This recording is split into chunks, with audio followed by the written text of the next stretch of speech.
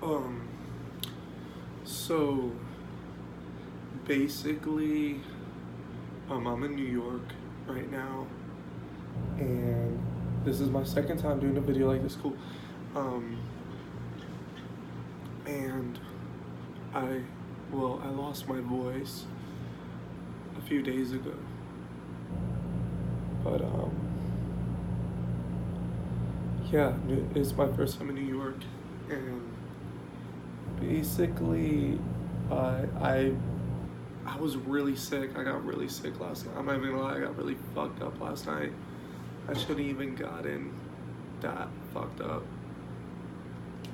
drunk, and but in a way, I needed that to happen for like what I experienced today with myself, to even talk about like what I want to talk about, or feel like talking about what I want to talk about. And so like I woke up and I was like really sick and blah blah blah, and I like basically had to have a day to myself because like you know my energy just wasn't right, and like I was not trying to bring down anybody else's energy in the meantime, especially if they're here and I'm down here. So I was like, after I was sick and I showered, I was like, you know what, like I'm gonna fucking walk around the city. I'm in Manhattan, at like I'm right next to fucking the Rockefeller Center, NBC, Radio Hall City, whatever hall, you know what I mean? I'm around so much history, and basically like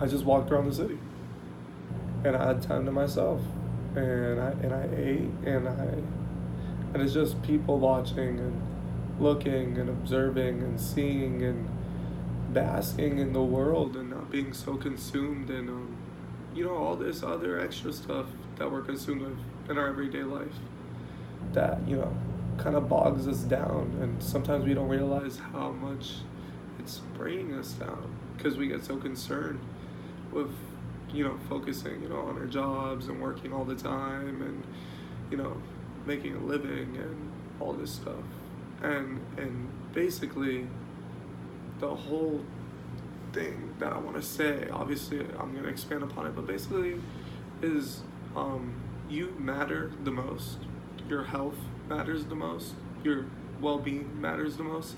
You have to be right here, you have to be aware of the moment. You don't want to be far gone, and you just come first.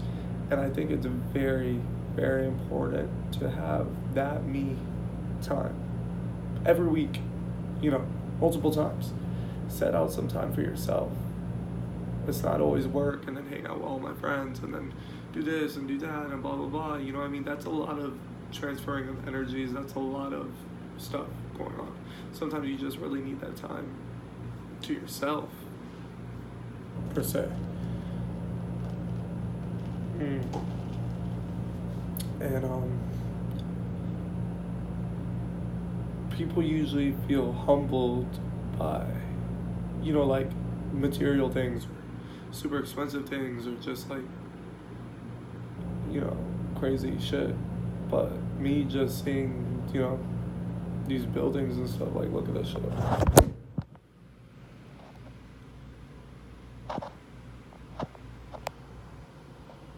I'm terrible. Yeah, like me just seeing these buildings and randomly like stumbling upon so much history. I wasn't even looking for any of this stuff, and I just stumbled upon all of it, and it was my first time, and it was just like that's humbling. Cause like so many lives, so many interactions, so many people, so many things are happening and have been happening for years and years and years, and they will continue to happen till the day that we die. And I'm just looking at the sky is so fucking blue, the buildings are so beautiful, nature is so beautiful, everybody's moving a mile a minute, and it's like take a step back for a second and just really look like look, like don't like use your eyes and then like that's the act of looking, but like are you looking? Are you really looking? You know what I mean? And it's amazing. And that's a part of your health is going out there and in nature, in society, looking what Mother Nature gave us, and then also what's man-made, how it's all one big thing in the fucking concrete jungle. You know what I mean? But I really do urge more people every day to do stuff like this, to treat themselves, to don't fall in love with the concept of traveling and be like, oh, I'm going to this cool new place and the pictures and I can post it. No, like, don't go for that. Go because it's a new place with new people and new history that you can enrich yourself with, gain knowledge from. I think the key to more love and coexistence and peace and unity is traveling. Because the more cultures you see, the more languages you're hearing, the more different looks, colors, ethnicities, types of people that you see, that you don't necessarily see all the time,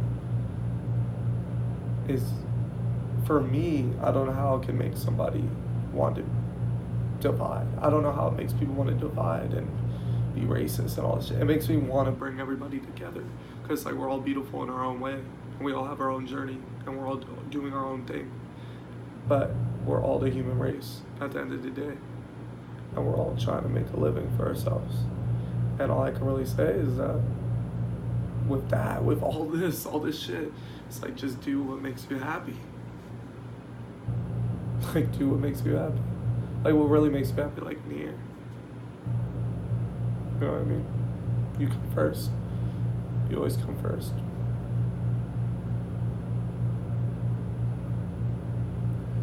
So, like, that's all I really have to say to people. It's like, it's not even just traveling, it's just shit in general. Like,